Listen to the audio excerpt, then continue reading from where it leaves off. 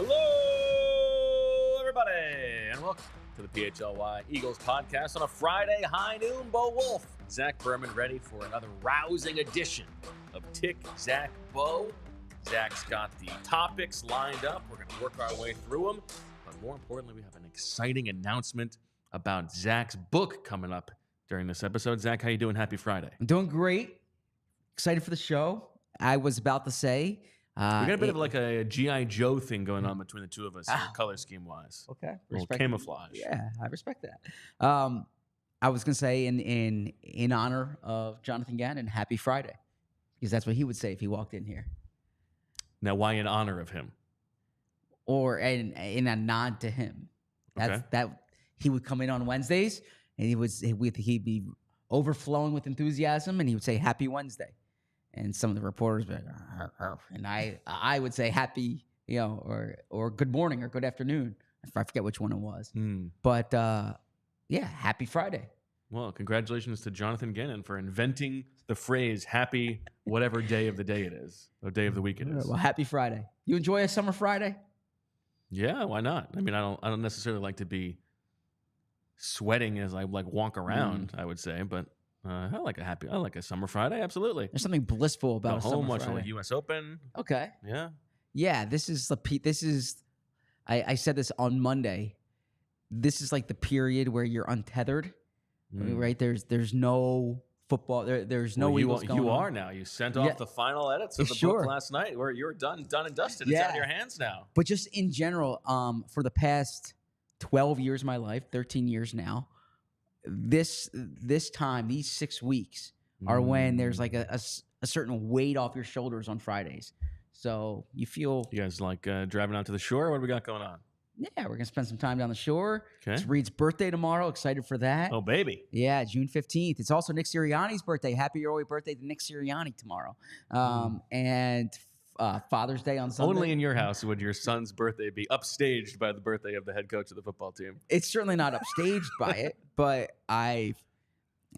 it's how I remember Nick Sirianni's birthday, honestly, because it's the same day as my son's birthday. And how important is that to know the head coach's birthday? How important is it? Yeah, for young reporters out there. It's not important, but whenever you can have a personal touch, it's good. Sure. Right? People want to know that you don't just view them as just a stuffed shirt or it's a person with a birthday and a family and young kids and a wife. Parents is Nick Sirianni going to be getting a text tomorrow that says, let's make this the best year yet? I won't do that. I won't do that. Yeah. But Nick, I hope this is your best year yet. Okay. Yes. Now, do you have a we're not big shore people, but everyone's got their philosophies on when to go out, how to beat the traffic. What do the Bermans do? Well, I'm working today, so today, yeah. So typically, but you're not going to. Are you going to go Friday rush hour? Or are you going to go? Yeah, I'm going to go after this. I'm going to go after this. But typically, I would go in these past 12 years that I've referenced. I've had flexibility. I work from home, so you can leave at 7 a.m., get down there, and work from the shore for the day. I've done a few pods and interviews down there, but here I'm my new life. I'm here doing a show. And we know about Reed's birthday party. What's in store for the actual birthday? We're gonna celebrate with his cousins and just celebrate him. He's an awesome kid. It's the joy of my life. Amen. Yep. Well, those shots fired at Sloan. Not Sloan as well, but it's not Sloan's birthday tomorrow. So yesterday, the anecdote that closed the show about Reed's birthday party ranks for me as one of my favorite Zach Berman stories of all time. Have you gotten any feedback since the episode went up? Not necessarily. I stand by my position. I think I did give him another chance, but I stand by my position. Only kicking and dragging. No, you play by the rules. You play the conditions that are in place. Well, here's what I would say.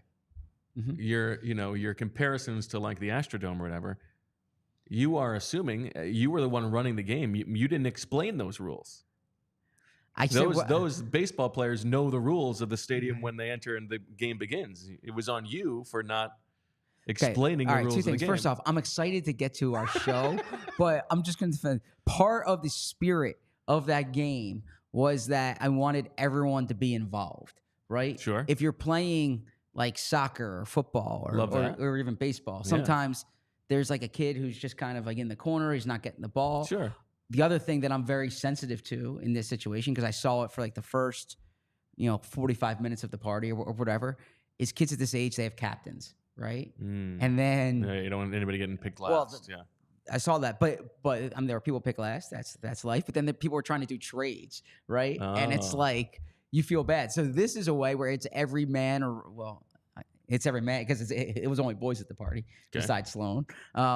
Every man for themselves or every boy for themselves. So I thought that was a better approach than splitting the teams up and having captains. Okay. Yeah. That's fine. It doesn't address the criticism of. I honestly didn't think through. I didn't think it through. We have a great show. You mentioned trades, great show Zach. Now the way that this works, you've got your grid here. You've Yep. got Eagles, NFL, and miscellaneous, and you've got the categories of convince me, woodpecker you rather, and predict. Since you talked about trades, let's get into the one that I know you want to talk about, the Howie Roseman, Adam Peters negotiation. Which one is that? That is NFL Convince Me. All right, let's do NFL Convince Me. So, Bree, when you have a minute, Bree's our outstanding producer today. If we can see this footage that the Commanders put out. Oh, Howie Roseman. Hey, I don't want to lose a pick, so just throw me back 161 on what you said, and you're good. It just continues to becoming one of the biggest events in our sporting world. And thank you very much for your participation here. 1 minute remaining. Okay. All right. Cool. With the 38th pick, Can we just get the higher pick? Higher fifth then? Said no. Los Angeles Rams have submitted their pick. Washington is now on the clock. Hey, bud. Okay. No. 50, 53, 161.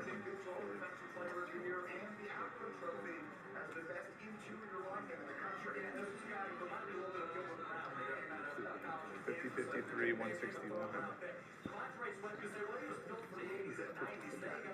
Otherwise, we'll pick it. No, 161.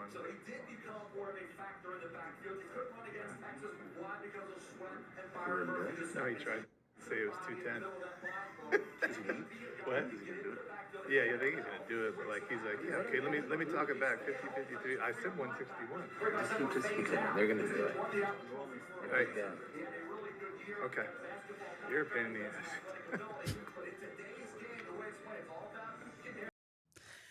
So for the audio listeners there, that was Adam Peters, the Commanders general manager, and Howie Roseman, the Eagles general manager, negotiating the trade in the second round when the Eagles moved up to get Cooper DeJean. And you see the behind the scenes of the negotiation. And we talked about this when the Eagles put their clips out. Like it's fascinating to see this. You get to see how the sausage or the tofu is made. And I'm curious though, because I think Eagles fans' interpretations of this is like, oh, this is Howie's being awesome, or Howie can be tough to negotiate with. As from like an objective third party here, when you watch that dirty negotiation, all's fair in love and trades. How do you like what's your read on that? Oh, I don't think it's dirty at all. Okay. I mean, he was in the power position. Why would that be dirty? No, on Howie. On Howie? It seemed like in the end he tried to change one of the picks. Yeah, I mean that's like they thought they had a deal, and then Howie came in as like 210. And I mean Howie is obviously he's notorious for trying to get every margin that he can. I don't know. I feel like that's probably, I don't think dirty, but I think he also maybe said it in jest. Yeah. Okay.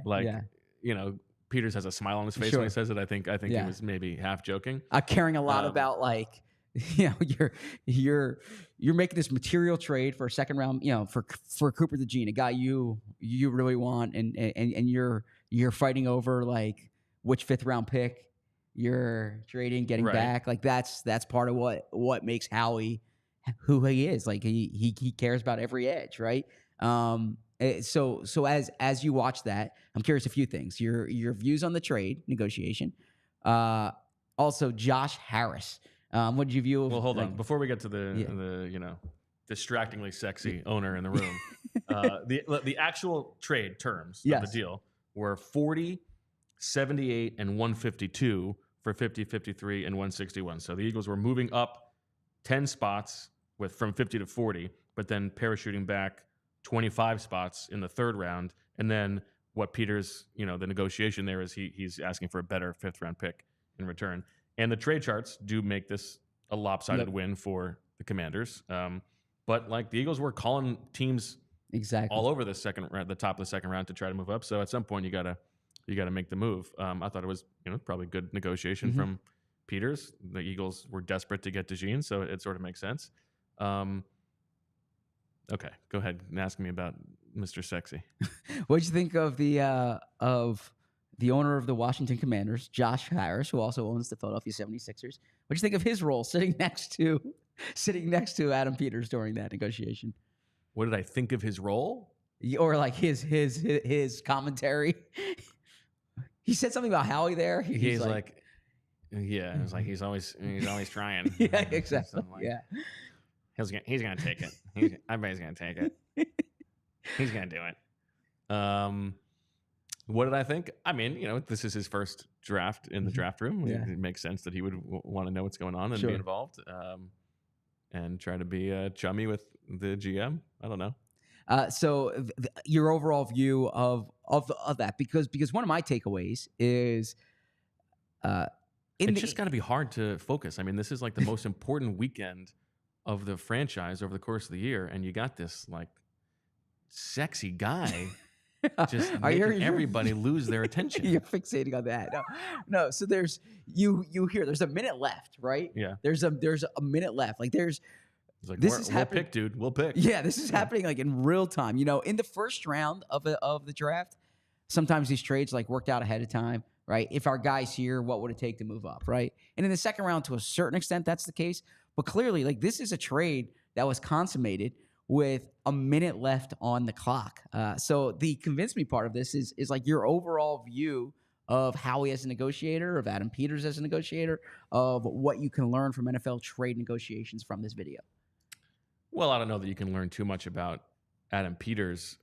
I mean, this is from the team website, so they're selecting ones where he did a good job and came out well. They're not going to show you videos in which he maybe lost a negotiation. I think it goes to the thing that we were talking about with James Palmer on Wednesday, that Howie's calling everybody. Yeah. And I think sometimes if you want a guy desperately, you're gonna history does tell us that trading up is not really the best way to go about things. Like historically, you're not necessarily going to come up with a better player. Now they didn't come out of this with fewer picks. It was a 3 for 3. But like knowing that they did the work and Cooper DeJean was a real possibility for them in the first round, and Jeffrey Lurie saying on the phone that he went to bed last night hoping that this would be a possibility. Like at some point you got to do what, first of all, your owner wants, and also like all of the work that everybody put in. This guy is hanging out there as a clear, obvious target. I think that makes sense. In terms of like how into the weeds how he wants to get, or like how much he wants to be a pain in the ass as he and Peters talk about it. I mean, I heard from somebody that Howie was calling at the top of the second round with like ridiculous offers that would have been insane for a team to take. So that's, of course he's going to try that. That's I don't know. It's maybe an insight into his negotiating style, right? That he's anchoring low and hoping that it can come back to a better place. I've compared Howie, and I say this actually endearingly, like respectfully, to the person in your fantasy football league or fantasy baseball league or fantasy basketball league who sends so many trade offers, right? And because like you never know if like one day your guy's like, oh, all right, that seems interesting. I'll trade that. I acquired Corbin Carroll in my fantasy baseball league the other day, just kind of like on a, I don't want to say on a whim, but I'm like, I'm going to try. So you're that guy. You're the annoying guy. Oh, if you looked at my fantasy baseball league now, every owner gets an offer from me a day, basically. Yeah, an offer a day. Or like I'm very aggressive in trying to upgrade my team. Yeah. Okay. But the one thing I did want to ask, because you have more gamesmanship sometimes than I do, and I say that respectfully as well. Do you think a GM ever calls while a team's on the clock don't want to say maliciously, but like strategically, Just to like distract them? Yeah, like I'm gonna, I don't want you to get a big haul for this pick. So what I'm gonna do is I'm gonna chew the clock down, do this Interesting. negotiation, say, that's too much for me, and then that team's left the pick instead of because look, there's 10 minutes or however long, Yeah. right? There's a minute left. Like you got to be selective about who you're talking to in that situation, right?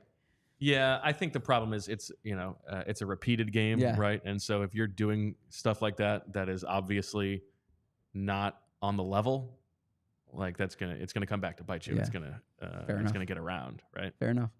So for full disclosure, that was a late edition. I had this grid all set yesterday afternoon. I saw that clip last night, and I was like, we need to talk about it on the show. So that was a late addition to this. What did it come at the expense of?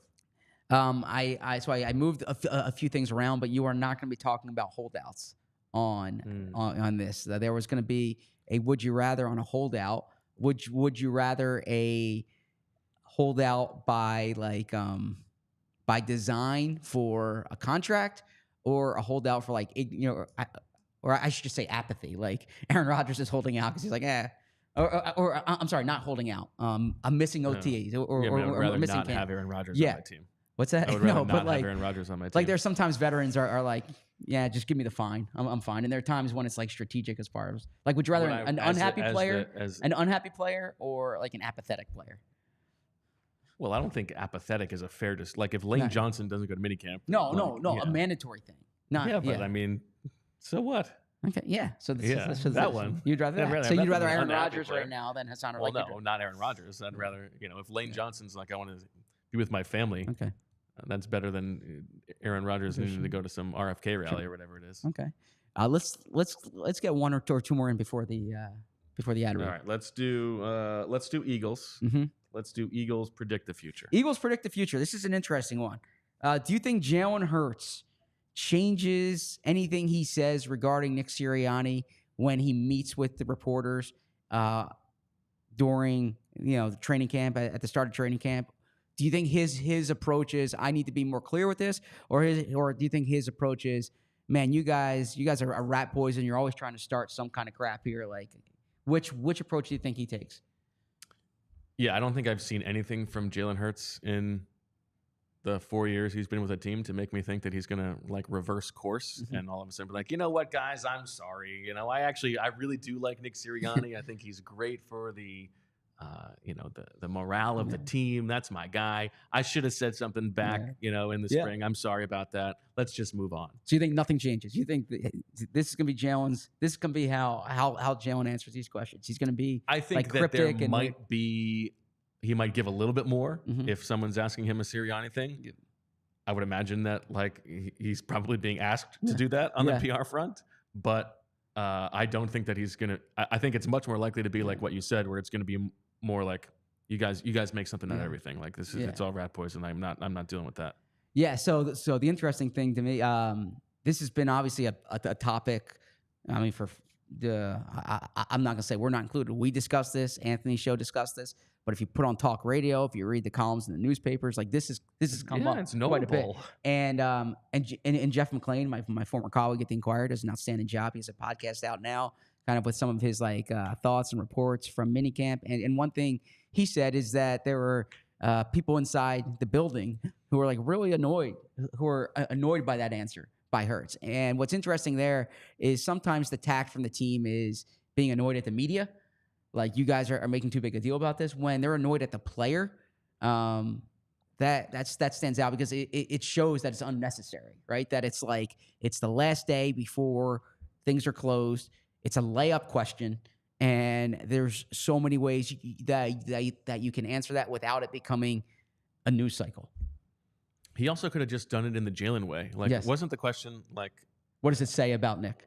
That was the question. What does it say about Nick? Yeah. I thought it was have you seen something? No, it was what does it say about Nick that he's giving up control of the offense, that kind of thing. Yeah, I mean, and he could have just given a Jalen Hurts one sentence answer. It was what was weird was that it wasn't just a push aside of the question. It was it's a good question actually. Martin Frank from the News Journal. He's a longtime friend. Does good work there. I think he would tell you it's not like this amazing question, because Jalen's like, Right. He wasn't trying to trap it. Jalen's like, that's a great question. Like, I don't know how to answer that. It's not like he's trying to put Jalen Hurts in a pretzel here. It's like, come on, like, this is an obvious storyline. Just give me the quarterback's perspective on this, considering you're the one running the offense. Yeah. Kind of wild. Yeah. All right. Well, Zach, let's talk about our friends at Mortgage CS, because, listen, we know that the rates are higher these days, but home prices are still rising. And what Mortgage CS can help you with is getting into a home before the prices get even higher, and also refinancing to save money when the rates do drop. Who doesn't love that? The same house with a lower payment. Values are expected to keep going up, so don't put off buying just because rates are slightly elevated. Refinancing with Mortgage CS is straightforward. When rates drop, Mortgage CS will monitor your refinance opportunities and ensure you save money responsibly. You don't want to pay a ton of fees when you refinance, and you will never get that at Mortgage CS. In the end, you will be so happy you texted Ben, the CEO of Mortgage CS, at 267-391-7425. There's a reason people win more with Mortgage CS. So call or text Ben now at 267-391-7425 and see for yourself. You can also go to www.mortgagecs.com/PHLY to check them out or view their over 350 perfect 5-star reviews by searching Mortgage CS right now. Tell them PHLY sent you. Tell them it was Zach. I'm speaking to the fathers out there, okay? Because look, I will say in all these families, the mothers are the heroes. The mothers deserve more than a day. Like, the mothers deserve a year. But fathers get a day this Sunday. Don't get canceled, Zach. You don't want to be heteronormative. Fathers get a day this Sunday. And so when you're sitting there on Father's Day, pick up a Miller Lite, crack it open, and know that you're doing what your father might have done, and what your father's father might have done, and what your father's father might have done. Because a lot's changed over the years. One thing that hasn't is the great taste of Miller Lite. Another thing that hasn't is that it's less filling. So what is the best thing about the original light beer? Miller Lite sparked this debate in 1975 and still haven't settled it. So maybe not your father's father's father, but your father and your father's father. I was actually not going to say something that time, but Okay, I was thinking that. Yeah.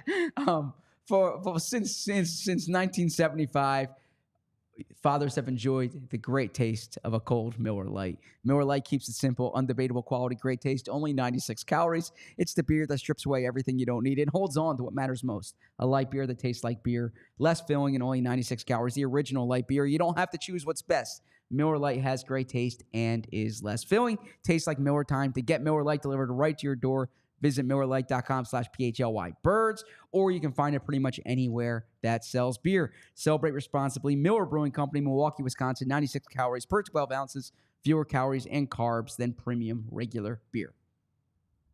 Happy Pride Month, everybody. Yeah, happy Pride Month. Yeah. Okay. You want to get into your big announcement? Sure. So We've made the people wait enough. We've teased them. We teased them and teased them. I mean, we don't need to talk about the book every show, but I'm happy. I appreciate the I opportunity. think we can talk about it a lot. I'm excited for. I've talked about the book, but one thing that's not out there yet, and I'll put it out there on social, but I'm saying on the show is I'm honored, and I think that's the correct word. I'm honored that the foreword for this book will be has been written. Will be by Malcolm Jenkins, Whoa! an Eagles icon, one of the great players of this period. Someone, in this job, you can't have favorites. Everyone deserves a fair shake. But I'll say that of all the players I've covered in the past 13 years, there's no one that I respect more in terms of I think the type of person, the type of teammate, the way he played the game, the way he carried himself, and he's a part of this book. He's a major part of this period. He's an accomplished author himself, and I'm so grateful that he was willing to write the foreword.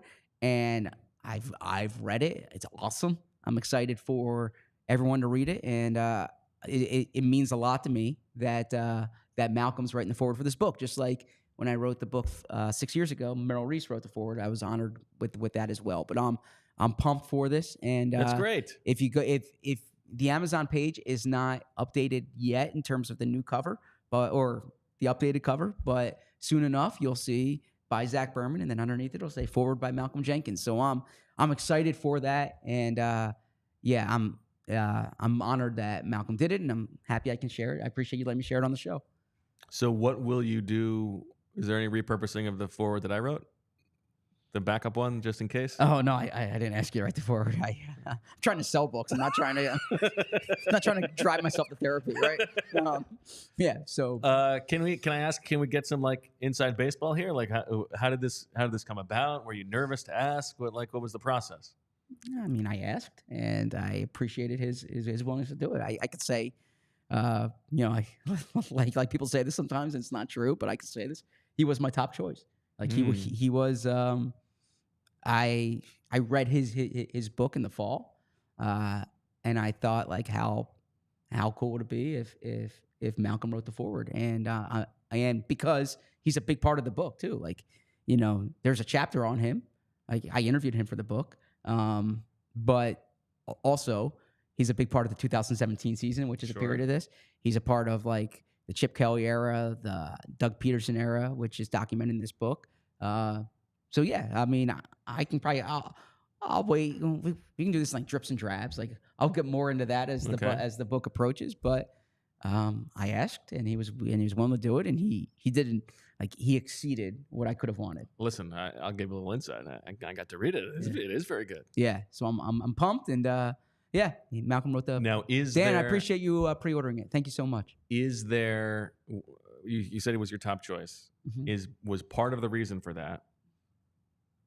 Tom Brady wrote the forward to his book, and so there's sort of like a book forward centipede thing going on. You're kind of connected now to Tom Brady. No. No, not at all. Not at all. I mean, I do imagine though he knows. There's what's only like, one Malcolm separating it. Yeah, he knows what it's like to ask someone to write a forward, perhaps. Right? Maybe he has an appreciation for forwards. But no, honestly, I haven't been shy about saying this on the show, like the respect that I have for Malcolm, and we always say like you don't actually know who someone is, but just like in terms of the way he's carried himself. I've gotten to know his family. I spent time in his hometown when they signed him. I spent time with his high school coaches and teachers and people who, and over the years, like I went to his camp. It actually used to be Memorial Day weekend, and I would make a point of going each year until I got married, and it was Memorial Day weekend, and I couldn't convince Emily that I was missing a rehearsal dinner to go to Malcolm Jenkins' camp. But in any event, Emily was right. In any event, we'll talk more about it as the book approaches, but I'm pumped to share that. Zach. Malcolm. I appreciate it. All right. Well, that's great. Congratulations. Thank you. Let's do miscellaneous woodpecker you rather. Thank you. I'm thrilled to get back on track here. Miscellaneous would you rather. Okay, this is one specifically for you. We have to circle back to a super chat. Okay.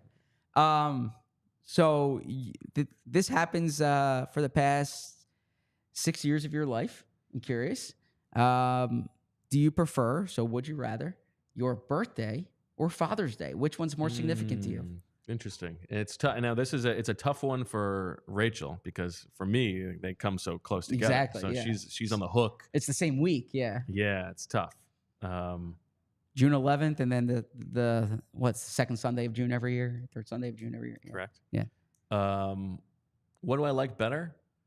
I don't know. I guess I would say.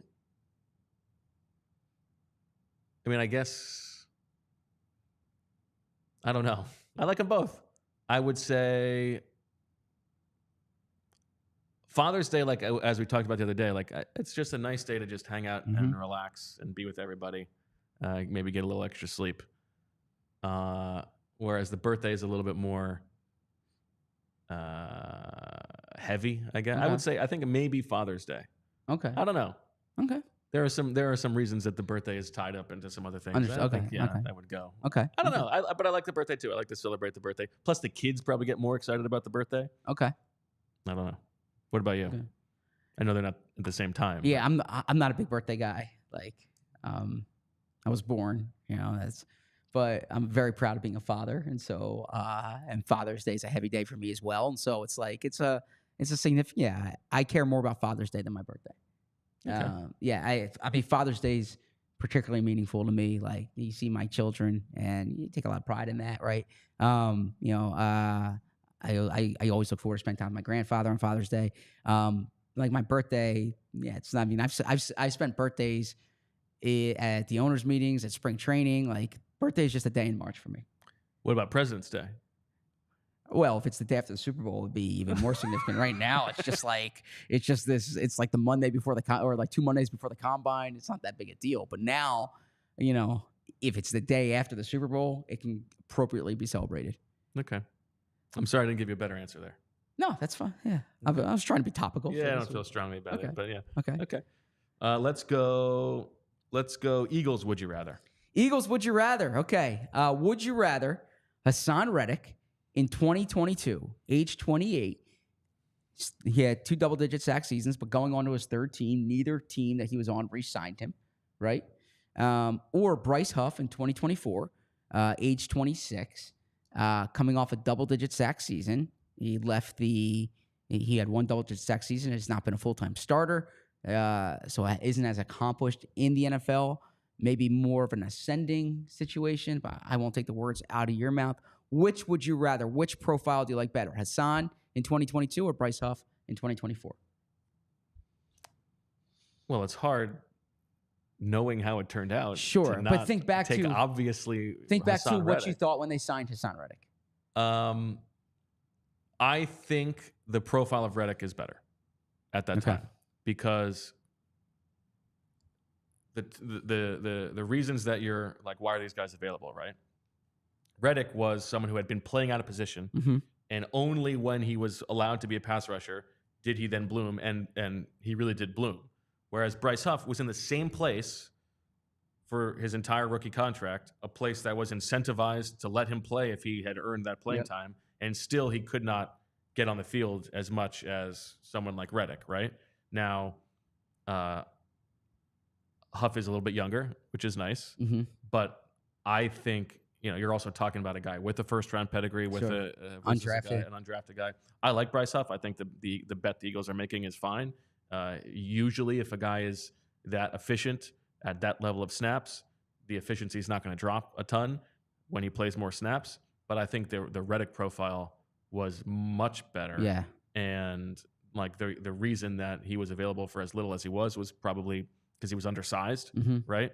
I'm not as concerned about that. Yeah, I preferred Haason Reddick in 2022 to Huff this year, just as like a prospect in free agency, because I thought. What if he wasn't from Philly?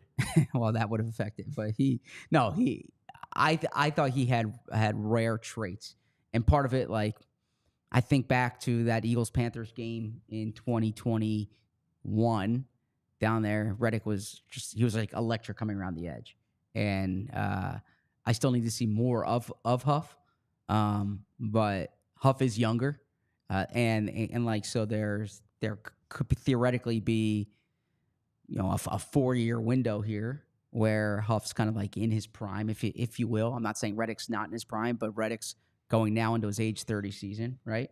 So it's a different situation. But yeah, I probably prefer to Reddick in 2022. Okay. Yeah. Good gut check. All right, let's do NFL Predict. NFL Predict. This is what you saw in the teaser for this show. Who lasts longer in their current head coaching job? Does Jonathan Gannon coach the Arizona Cardinals longer than Nick Sirianni coaches the Eagles? And I just want to make clear, this is not suggesting like who's the better coach. What you're considering is the situations that they're in. You're considering like the trajectory that the franchise is on. You're considering the front offices that they operate under. And then also the quality of the coach, the quality of the staff, things like that. Yeah, this is one where it's interesting because the variance for Sirianni is different. I think Nick Sirianni is more likely to be fired this offseason than Gannon is. And I think Sirianni is also more likely to be the head coach of the team in 5 years than Gannon Yes, exactly. I feel the same way.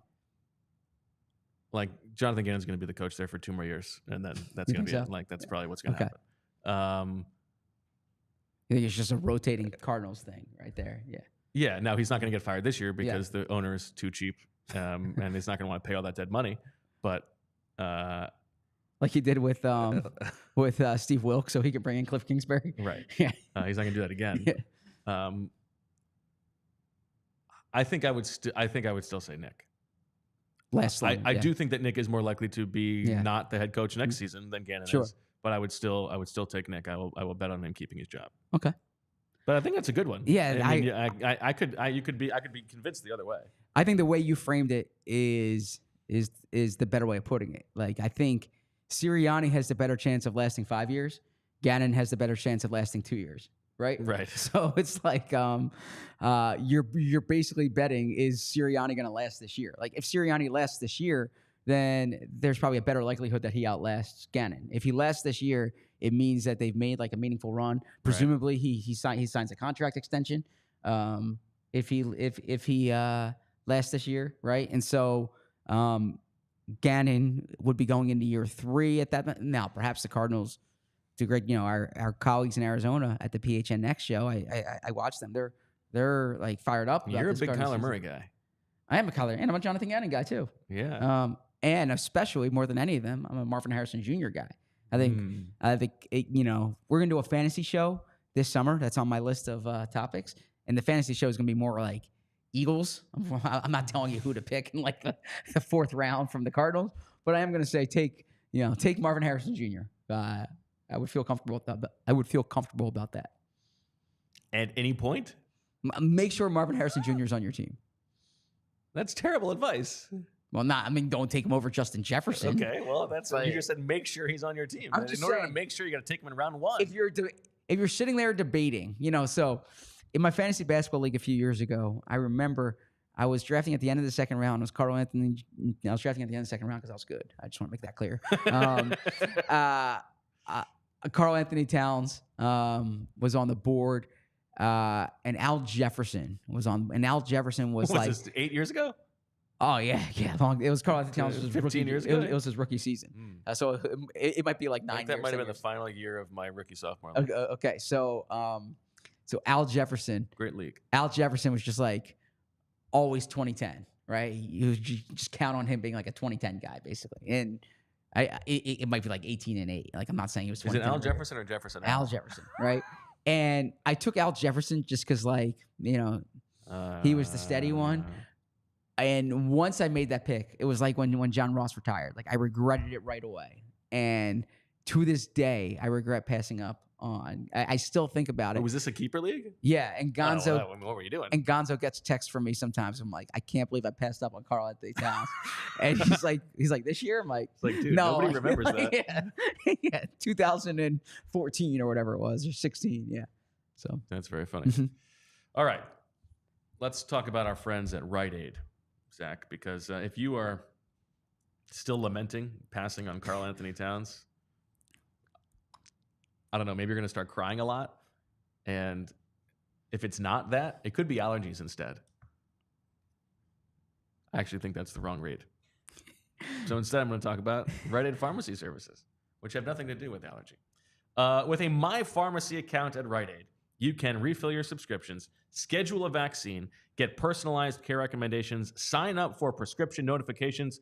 All you need to get started is a prescription at Rite Aid, and you can do that right now by going to riteaid.com/mypharmacy. Stop stressing about your prescriptions. Let Rite Aid refill them automatically. Enroll in automated courtesy refills. It's free, easy, and most prescriptions qualify. Talk with your Rite Aid pharmacist or sign up through your My Pharmacy account at riteaid.com. Restrictions may apply. Get your prescriptions at the same time with one-trip refills. Ask your pharmacist to sync your medications so you can pick them up in one visit. Very convenient. You can sync with other family members too. Again, very convenient. Just ask your local Rite Aid pharmacist to get started.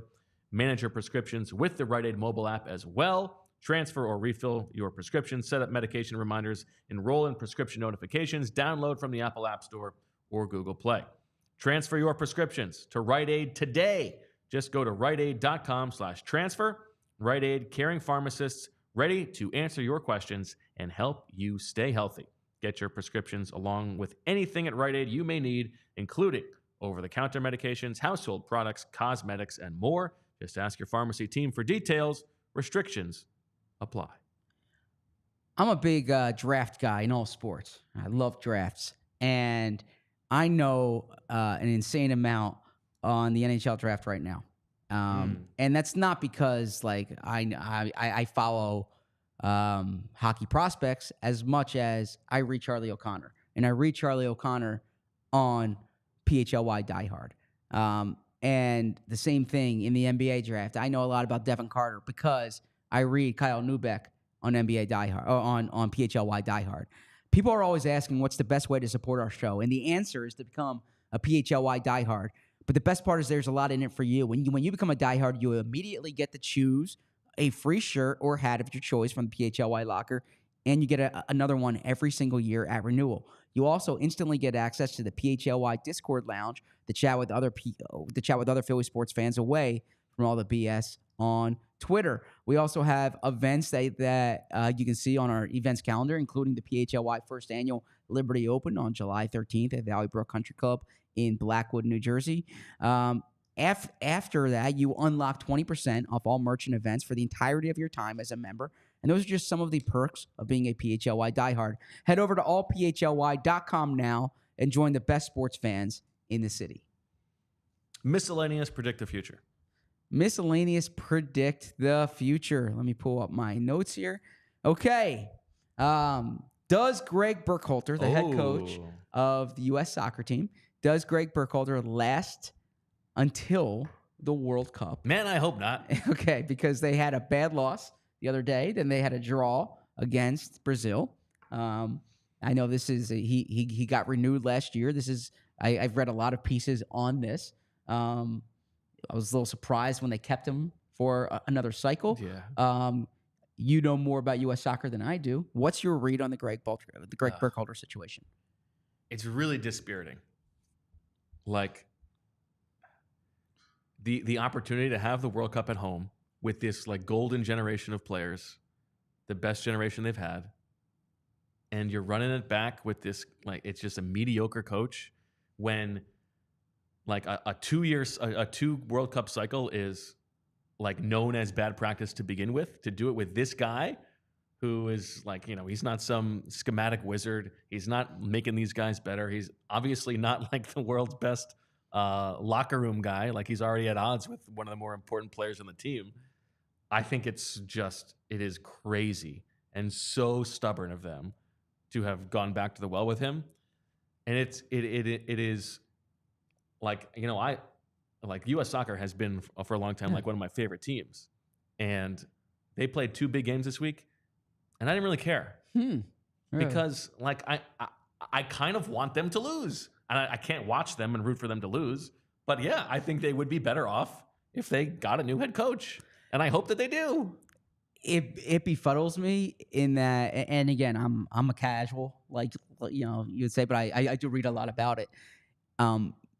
This cycle has been talked about for over a decade, right? Yes. Like everything's been gearing up. It's all been pointing towards this. Yes, exactly. And it's like the fever pitch of it, and it's like, all right, here comes Greg Exactly. Berhalter. So you would think, like there's and I'll defer to you on like who they could go after. Maybe like Jesse Marsh wasn't the guy, right?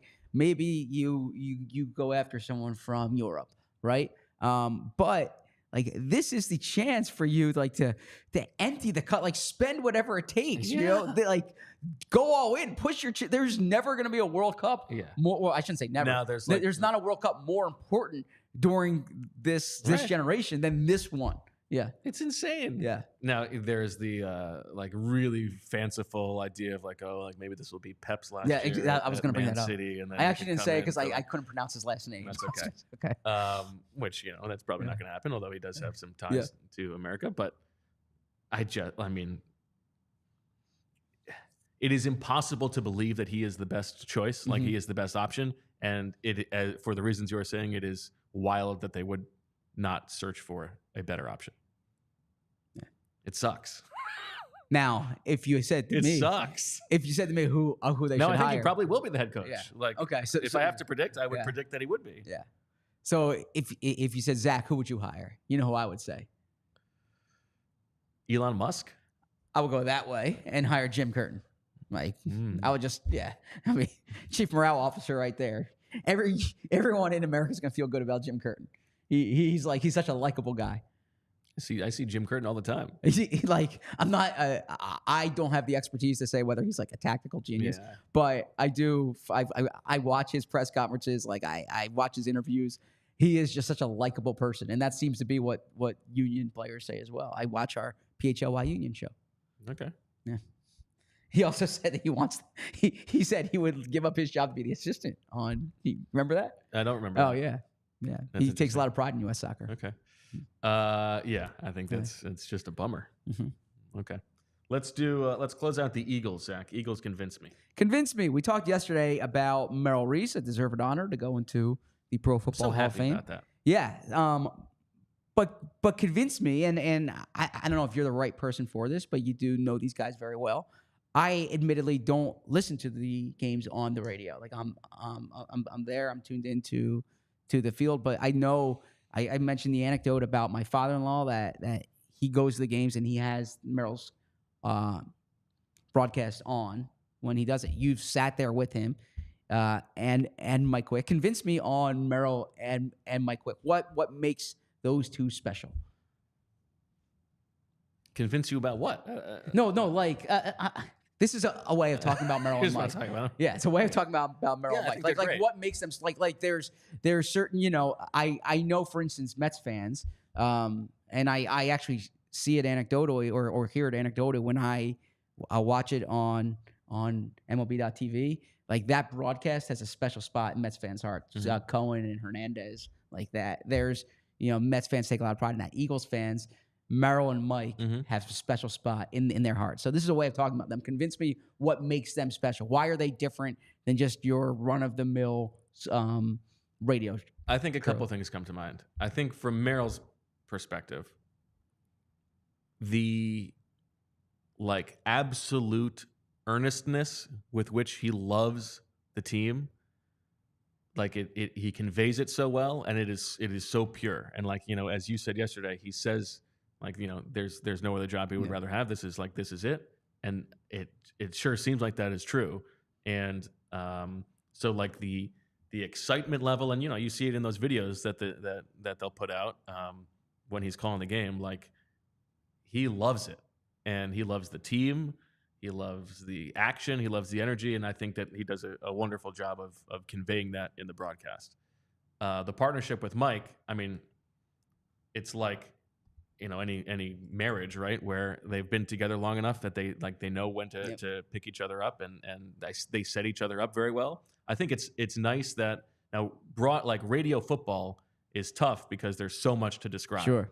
And so they the split of it is Merrill isn't there to be giving commentary, right? He's there to describe the action, and then Mike does an awesome job of knowing when to jump in and what to jump in to say. And I think they have so much respect for each other, which is wonderful to watch. And then, to be fair, there's also, there are many people behind the scenes who are, whether it's the audio people or the people handing them the ads and stuff like that. The choreography of it is a lot of fun to watch.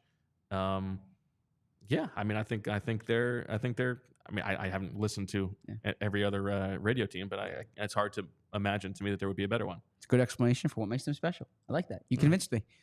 I convinced you. I convinced you they exist. Yes. Okay. NFL, would you rather? NFL, would you rather? Okay, this is an interesting one, and this one was also changed yesterday. I'm driving home.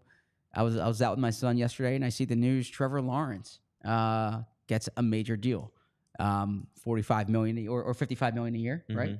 Now, I do want to make clear before I get into this, I think too much attention's paid to the annual salary. You have to look at it in terms of percentage of the salary cap. Of course, quarterback contracts are going to go up. It only matters if it's a change in the percentage of the cap space allocated to them. But that's my soapbox there. Anyways, would you rather pay your quarterback top of the market money, okay?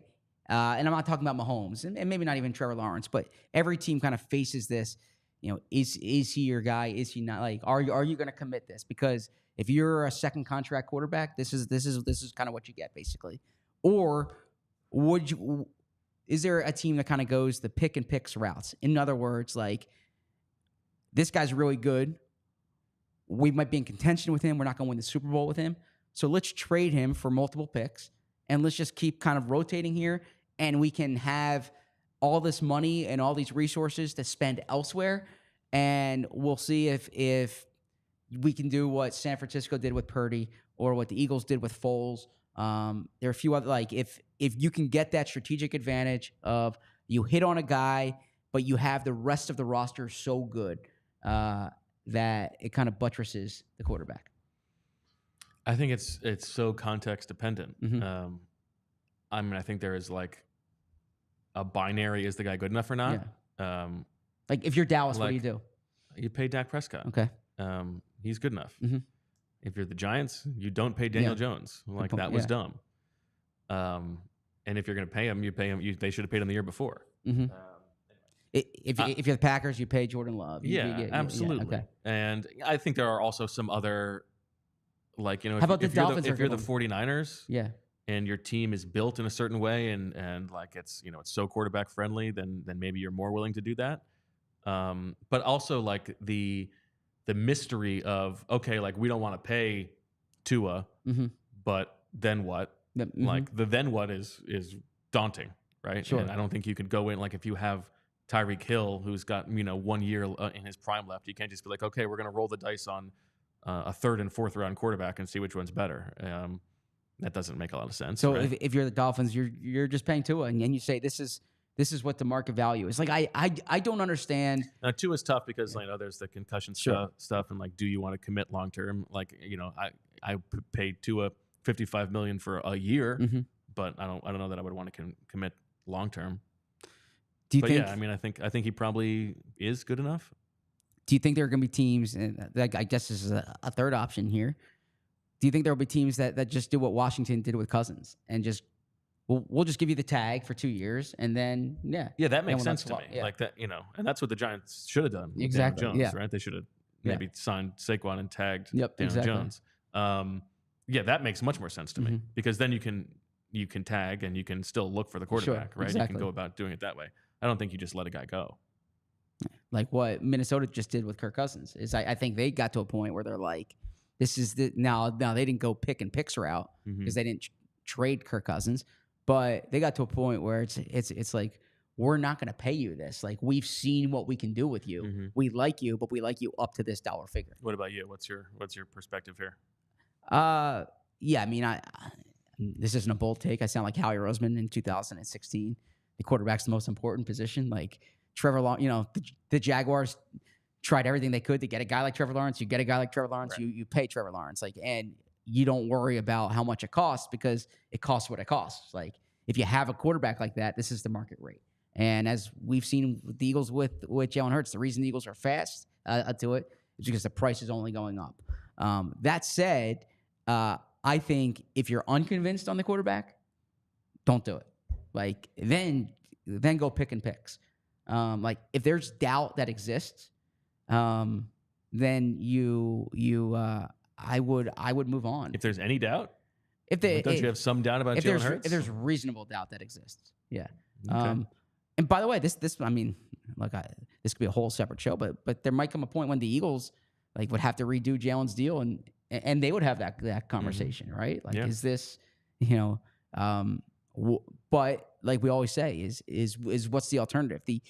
I think one of the most overrated things in sports, and we talked about this, by the way, in the 2021 offseason, is like this theoretical idea that, like, the quarterbacks, if you just get picks, you're going to hit on the quarterback. Actually, the odds show you're going to miss on the quarterback. Like, so yeah, I guess I'd be cautious about that, but I wouldn't be afraid of restarting if you're at a point in your franchise where it's like, all right, we can make the playoffs, but we're not a championship team. Now, that said, oftentimes you're not a championship team because of these other decisions you made. Like the Colts, when Andrew Luck was there, they had the guy I still think is the best, like, the best young quarterback I've seen. It was Andrew Luck. And they just did a lousy job building the roster around him. And so it's incumbent upon the executives or the decision makers to say, well, is the problem the quarterback or is the problem the GM or the coach? Yeah. Okay. All right, Zach, let's touch the discourse third rail. Let's do miscellaneous convince me. Miscellaneous convince me. Get ready, everybody. Should we got to close with these Khalif super chats as well. Should Caitlin Clark be on the Olympic team? Here we go. I'm gonna back up here.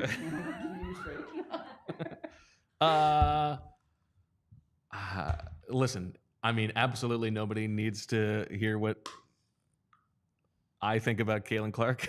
There's a shortage of Caitlin Clark opinions in the media landscape right now. So actually, I think you're filling a void by telling me what you think about Caitlin Clark. Another doofy white guy weighing in on Caitlin Clark. I thought that she should have been on the team. It makes me uncomfortable that I am like in this. I don't know why this is so toxic, but like I happen to be on the side of people I would not normally be on the side of, and I disagree with the people who I would normally agree with, for a few reasons. I think the basketball, she's not one of the best 12 players is a bit of a red herring. Like you're not building a team on just the best 12 overall players. I find it hard to believe that someone who shoots at such a high volume as she does and like the contested shots that she takes would not be well suited to be like a dead eye shooter off the bench when she'd be working in space. That said, like they took a bunch of shooters. I was looking at the stats. There are 7 players in the WNBA who shoot at least 7 threes a game, and 4 of them are on the team instead of her, and they all shoot at a higher percentage. So Kelsey Plum, Diana Taurasi, Kalea Copper, and Sabrina Ionescu. I think Ionescu is probably the one who, like, if Clark goes, she doesn't go. But the thing that I feel like is like the committees, like, listen, they had this dynastic thing going, right? They're going for their 8th straight, and there's no young people on this team. The youngest person is 26. There's not a single player on the team from the last 4 draft classes. I don't know. Don't you think that there's like you take it upon yourself if you're building this dynasty, like to bring in a few young people to bring along in the program? Like Aaliyah Boston could have been on the team. That is kind of weird to me. I don't know why they have to like it, and it's part of like the Caitlin Clark conversation is a little bit gatekeepy, and like the fact that the reporting is that they didn't want to bring her along because of the spectacle of it. I mean, that doesn't seem fair. I also think there is a fallacy of people saying, well, like, you think people are going to really watch her sit on the bench and be the 12th person? Yeah, I do. Like, I think the ratings would absolutely reflect that. So anyway, I don't feel as strongly as I did initially that she should definitely be on the team. But I think she probably should be. Like, I would have put her on the team, but I'm not the expert here. I just think like just because like she hasn't earned it, or these are the 12 best players. I don't know that that's the case, and I think that it's a little bit uncreative or short-sighted the way that they ended up building the roster. That's good insight. I have a follow-up question for you here. And who cares? No. I actually think you're very informed on this. You were in the Caitlin. I don't think so, but no, you follow this. This is more for like the general population. Okay, I'm one, and I've always said this. Like, you don't have to have an opinion on everything, right? And I always say there are things I feel strongly about, and there are things that like I don't know enough about to even discuss. I'm on social media a lot. Like, it's fairly obvious. You can see my Twitter account. It seems every single person out there has, and I'm saying that facetiously, so many people seem to have like all of a sudden they're experts on women's basketball or social issues, and it's like, am I missing the boat here, or what is it about Caitlin Clark that seems to create that makes like everybody I can't imagine all these people all had this like latent interest in in the travel conditions of women's basketball, or the like, it's like, or Caitlin Clark versus Angel Reese. Like there's so many opinions out there in the marketplace right now, and it strikes me as like, why does everybody need to have an opinion on this? I mean, that's a good question. I also think part of it is, and this goes to the like the decision to not have her on the team. Why thumb your nose at this entryway for all these people? This like phenomenon that's going on. Yeah, like that's fair. Like, why wouldn't you embrace that? Now, like I've tried to think about this from my own standpoint. Like, they're like the longtime fans of the league would tell you that, like, Caitlin Clark is not that exceptional, and probably a lot of the reason that people are coming on is because she's like a white girl from the Midwest, and I think that there's a lot to that. But like, to me, it's just a style of play. Like it is like the deep shooting. Like, and I haven't seen that, and maybe that's my own naivete. But like that's what hooked me. I find myself a little bit disappointed that she's not a little bit more outspoken about certain things, like in the way that Paige Buchers is. Yeah. Why though? Because she has a massive audience, and she can say things. But like why is she responsible to like she's? I think because of the role that she's been thrust into, and the ecosystem in which she plays, and the people around her. Like I think she the responsibility to her teammates to some degree there. Okay. Yeah. I mean, I think she's responsible for like the person she is, the way she treats people, but like she's not responsible for being like a social crusader. Like that's not. She wants to, if she wants to do that, but she doesn't have an obligation to the public. Doesn't have an obligation, but I can also be disappointed about that. Yeah. Like. Yeah, you and I disagree with that, but okay. Yeah, we can reasonably disagree. Yeah, I mean, I think this is actually the conversation you and I had the other day. Like, I think sometimes silence is a choice. Yeah, I mean, I think that, I think sometimes it is, but I think that sometimes silence is done because like you're at an information deficit, or it's not your area of expertise, or because like you do things privately but not publicly, right? Like there's what's the expression, like keyboard warriors. There's like I care a lot more about actions and like but for her specifically, I mean, we're talking about someone who everybody's paying attention to everything she says. Sure, but that's what I'm saying. So if she doesn't have like a strong opinion or position on something, I don't want her to manufacture it just to satisfy. Sure, and she's 23 years old or whatever. Like that's fine. But also exactly. I don't know. Yeah. I think there are responsibilities that exist when you have that much of a spotlight on you, probably. Okay. In that ecosystem. We can see that. All of that said, like I do think the